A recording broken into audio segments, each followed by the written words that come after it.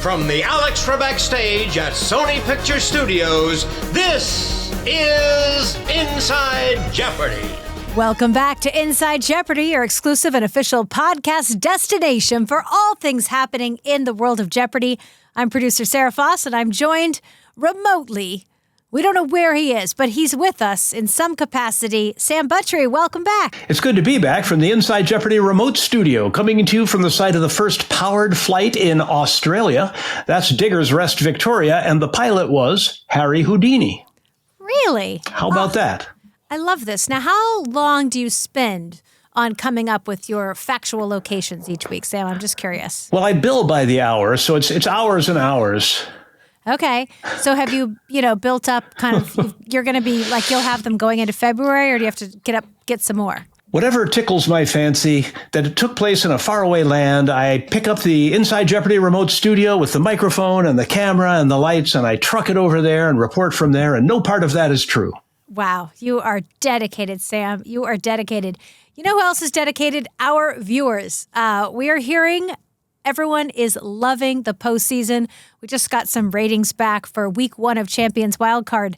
We were number 1 in all of broadcast television, beating out NFL divisional games and wildcard games. Like, people love Jeopardy, Sam.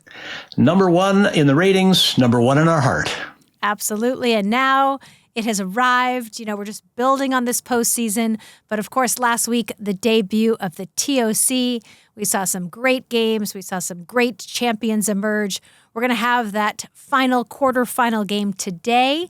And then we'll head into those semifinals with our seeded players, Adriana Harmeyer, Isaac Hirsch, Drew Basile. You might know them.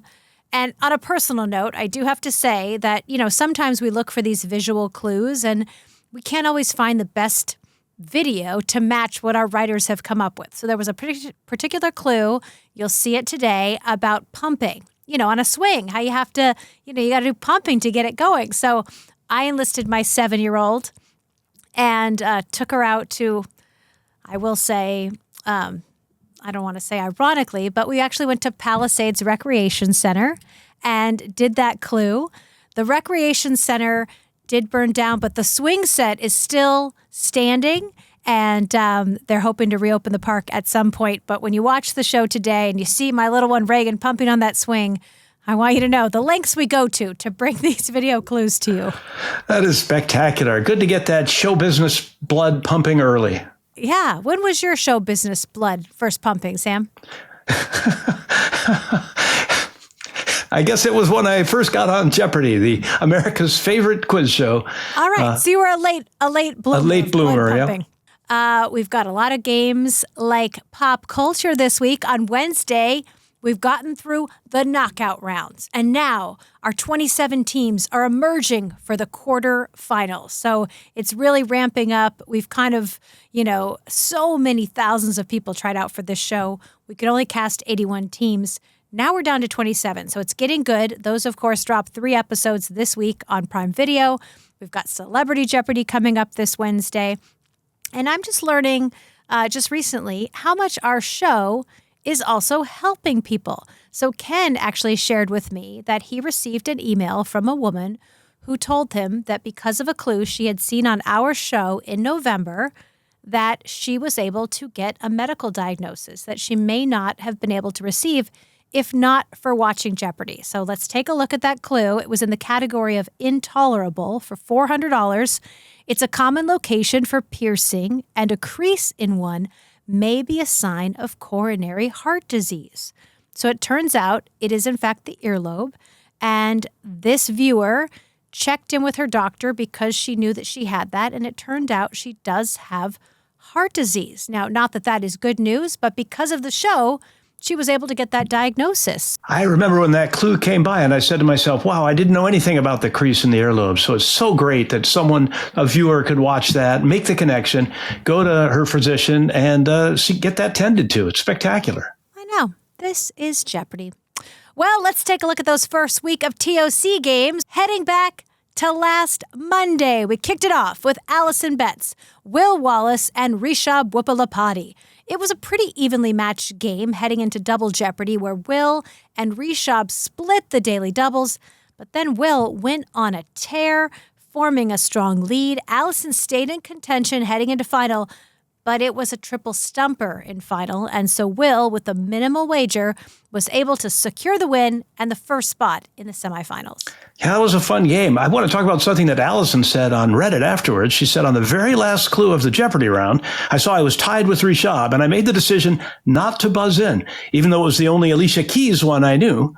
And then she says in parentheses, I'm so sorry for failing you, Alicia. I studied a ton of pop music, but not enough of Miss Keys. She said, I'd hoped Rashad would buzz in on that clue and break our tie, which would allow me to choose first in double Jeopardy and possibly snipe another daily double. Of course, it was not to be. And I watched first Will and then Rashad find and beautifully convert the other two daily doubles. But talk about thinking on your feet.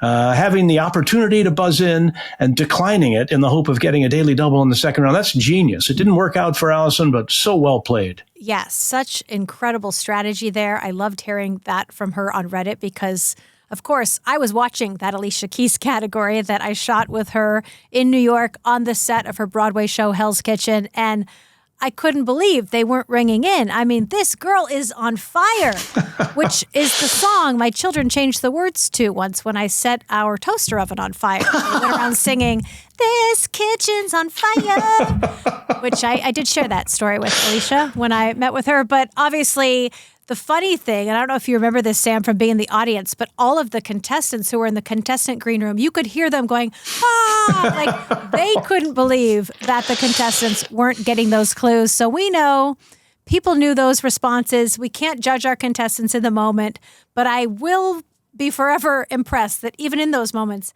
Allison is thinking strategy for daily double selection in the next round. That was pretty impressive. Very impressive. I've had that experience where the green room seems to know more than you do. But when you're up on stage, you're taking a risk. It's real money or real points that you lose if you get it wrong. It's a battle up there.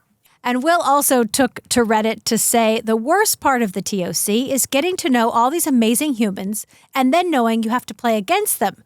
But the best part of the TOC is also getting to know all of these great Jeopardy players and knowing you get to play against them. And I know you can share that sentiment, Sam. That is true. It really is true. People say it all the time, but getting to know these people and hang out with them, these are smart, funny, fast-thinking people, so they're great conversationalists. I do want to shout out Rishab, who not only brought us the return of the Snangle, his world-famous dance, yes, but he also threw in a bring it. And Sarah, there are 4 things you need to be good at Jeopardy. You have to know the stuff. You have to be good at the buzzer. You have to figure out the wagering strategies for daily doubles and Final Jeopardy. And you have to say bring it when there's one clue left.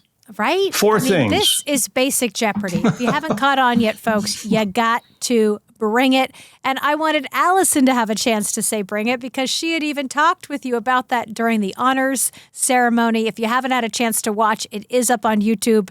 It's a great show, a lot of fun. And, maybe Allison will be back and she'll be able to say bring it. We can only hope.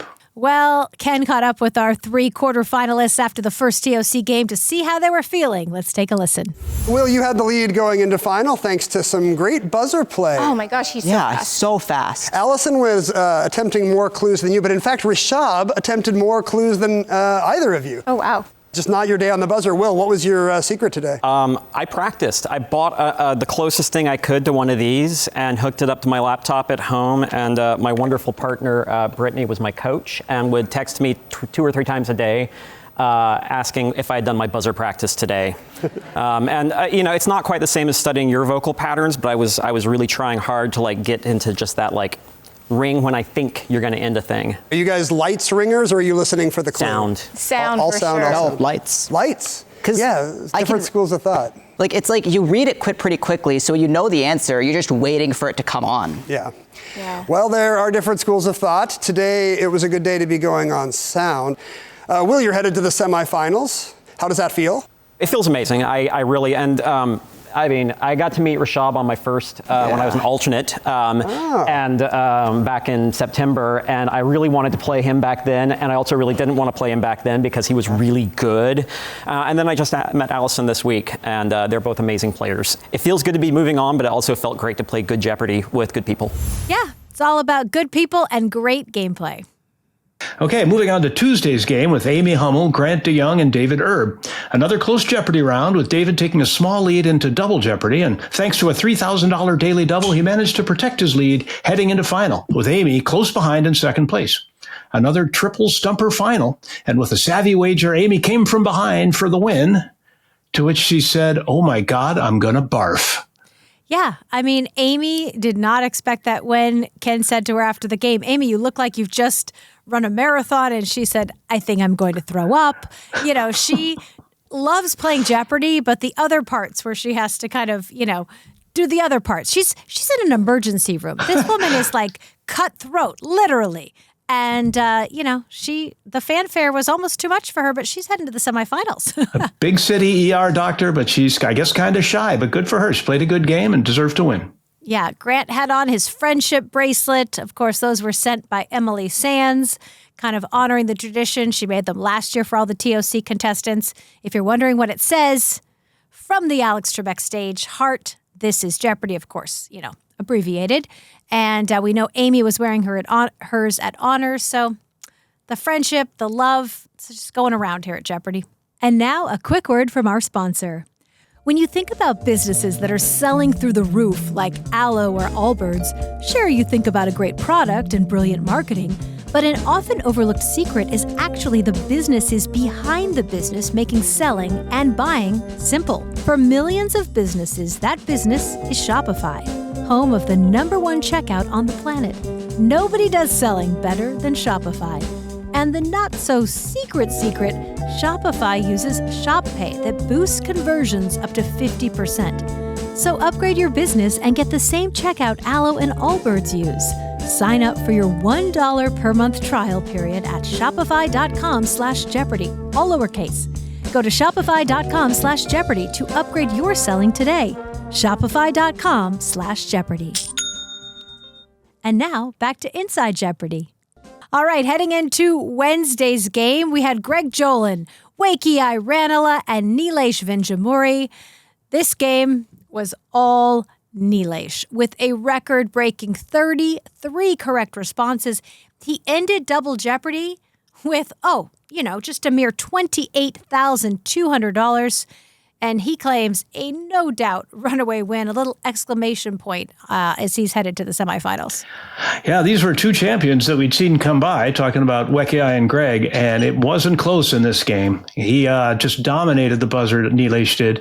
Afterwards, Greg got on Reddit to say, given it the way it played out, I can't say I have any regrets. I just got beat by a better player. Nilesh had impeccable buzzer speed and got a lot of tough clues, and it's true. Yeah, and let's talk about those stats. 33 correct responses. That's the most we've seen all season. And it's the most in the Tournament of Champions since this other legend played back in 2022. None other than Sam Buttrey with 34 correct responses. You titan of trivia, you. I was tempted to go back through the records and see if that was the all-time largest number of correct responses in Tournament of Champions. But I definitely didn't do that because I don't want to know the answer. I'm content to know that I'm the leader since 2022. Yeah, that is very impressive. Also, 42 buzzer attempts for Nilesh.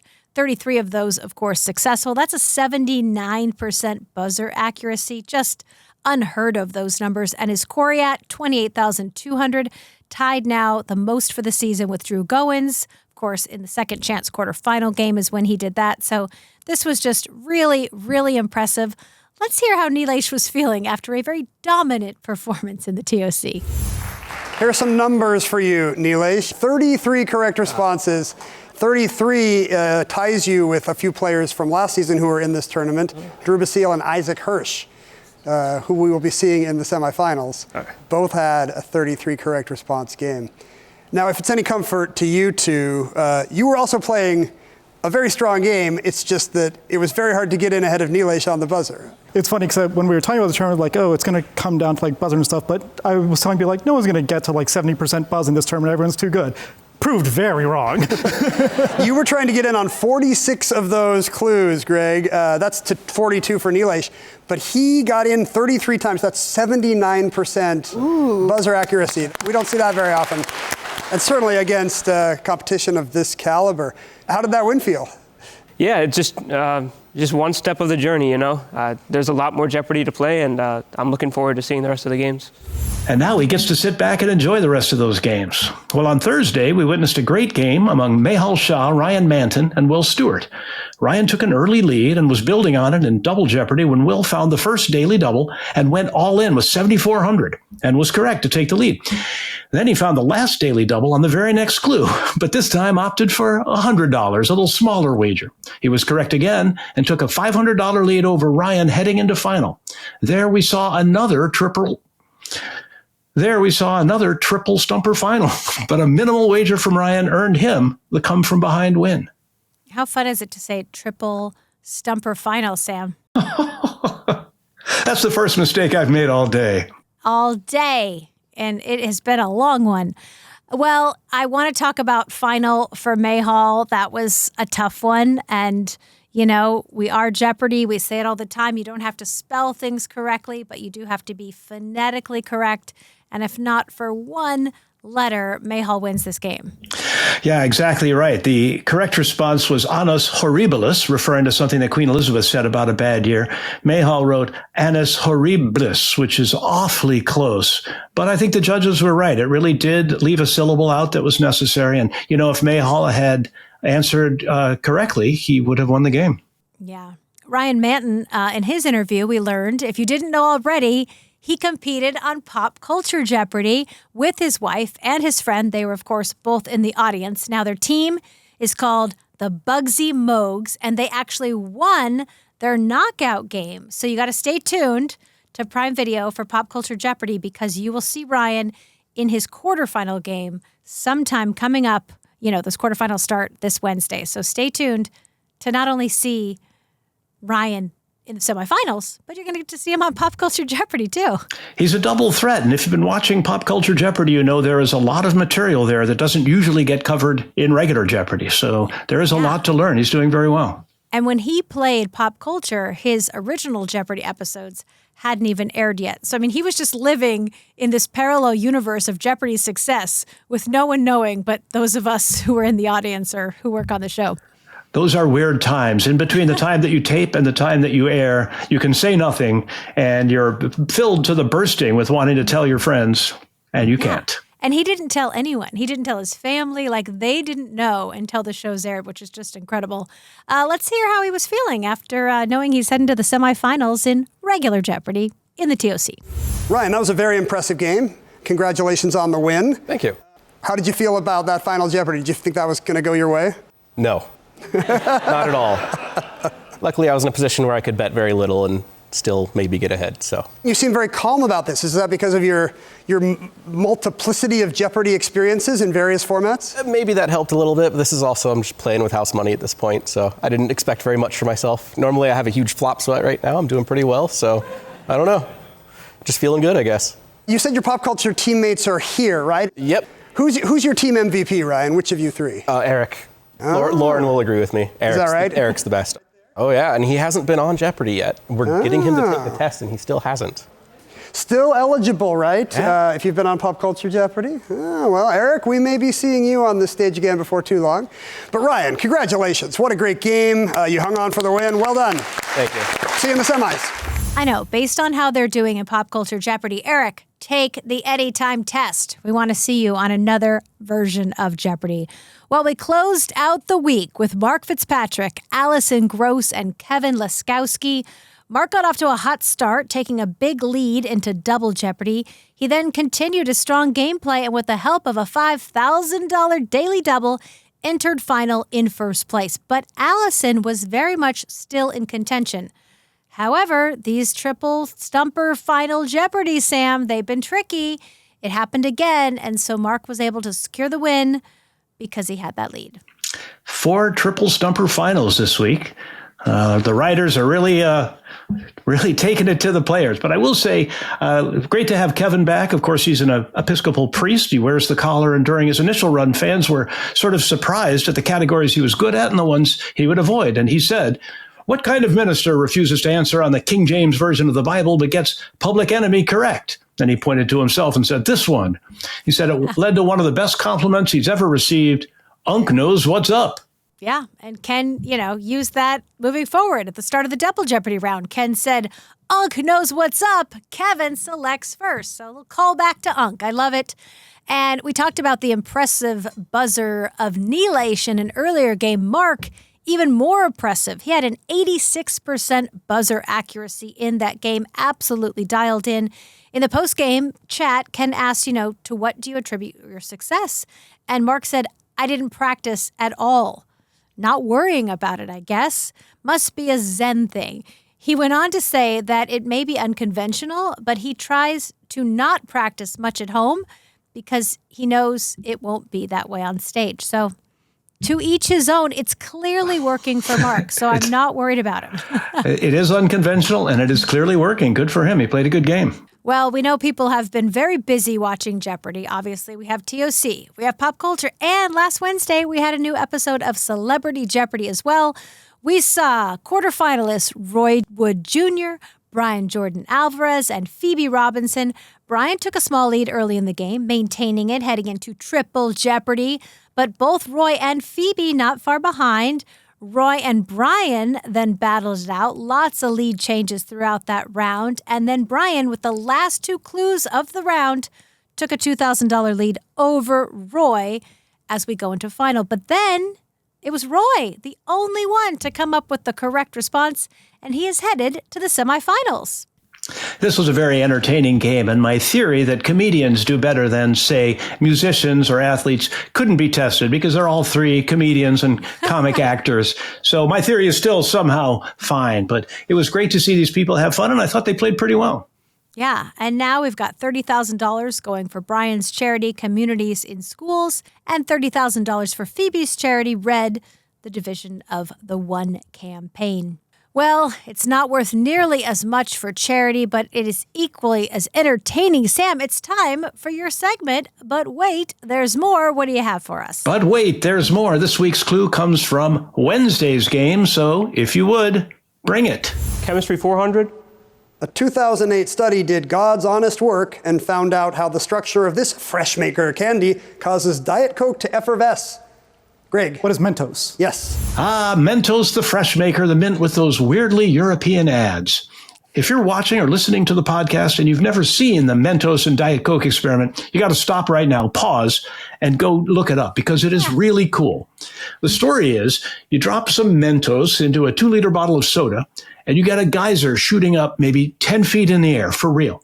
And this is not a chemical reaction. It's mostly physics. And it starts from the fact that a 2-liter bottle of soda contains about 15 grams of dissolved carbon dioxide. The liquid is supersaturated, which means there's more gas dissolved in there than would normally be the case. A 2-liter bottle of soda apparently contains about 8 liters of carbon dioxide gas. So if you can suddenly free up most of those 8 liters inside a 2-liter bottle, it all comes shooting out in a hurry, and that's what happens. Now, why Mentos? I got to know. I've been wondering this, for years, and we actually did this years ago in the Clue Crew. So why Mentos? Oh, so you did. I had known. I thought it was a chemical reaction. No. What happens is the carbon dioxide can form into bubbles that don't dissolve when they're under pressure, like in a soda. One way this can happen is in a process called nucleation. And nucleation happens due to tiny irregularities. For example, the formation of ice crystals around impurities, the formation of raindrops in a cloud. That's also nucleation. We also use that word to describe when you put a little grain of sand into an oyster to begin a cultured pearl. So you wouldn't know it to look at it, but the surface of a Mentos, and that is the singular, one Mentos, you can look that up, it's covered in microscopic irregularities that provide lots and lots of these nucleation sites at which gas bubbles can develop very quickly. So do you prefer a diet soda, regular soda? Where do you get the biggest bang for your Mentos buck? I had always heard Diet Coke, and it turns out that the study that Ken mentioned, the 2008 study, concluded that bubbles really do form more readily in Diet Coke because of the aspartame, the sweetener in diet sodas. It forms faster there than in sugar solutions or in a solution with nothing at all in it. Apparently because it lowers the surface tension of the liquid, allowing for the bubbles to form more easily. Others have done lots of different work on this experiment, including one where testing was done at different altitudes while climbing Pikes Peak, and sure enough, higher altitude, bigger geyser. So there has been a lot of fairly serious academic work on the Diet Coke and Mentos experiment, but at its heart, it's just a cool, fun thing. really is. And now we know, if you are going to drink soda, yet another reason to choose diet. Thanks, Mom.